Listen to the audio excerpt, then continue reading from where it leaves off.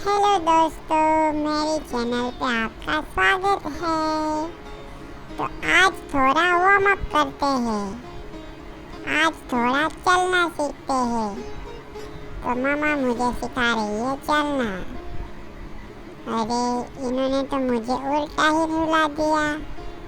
अब क्या करना है? मुझे तो कुछ आइडिया है नहीं।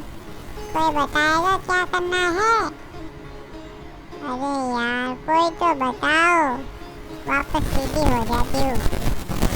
अरे सीधा करो, मैं अटक गई बीच में।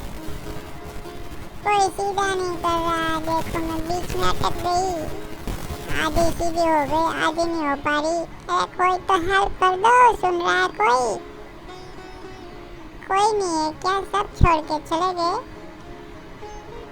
लग तो ऐसा ही रहा, सब छोड़ के चले गए। अब क्या करूँगी मैं? अरे सीधा तो कर दो। बीच में अटक गई। अरे थपथपा रहे, सीधा करो। Thank you. अटक गई थी मैं बीच में। अच्छा हुआ आ गया, क्या करती वरना मैं।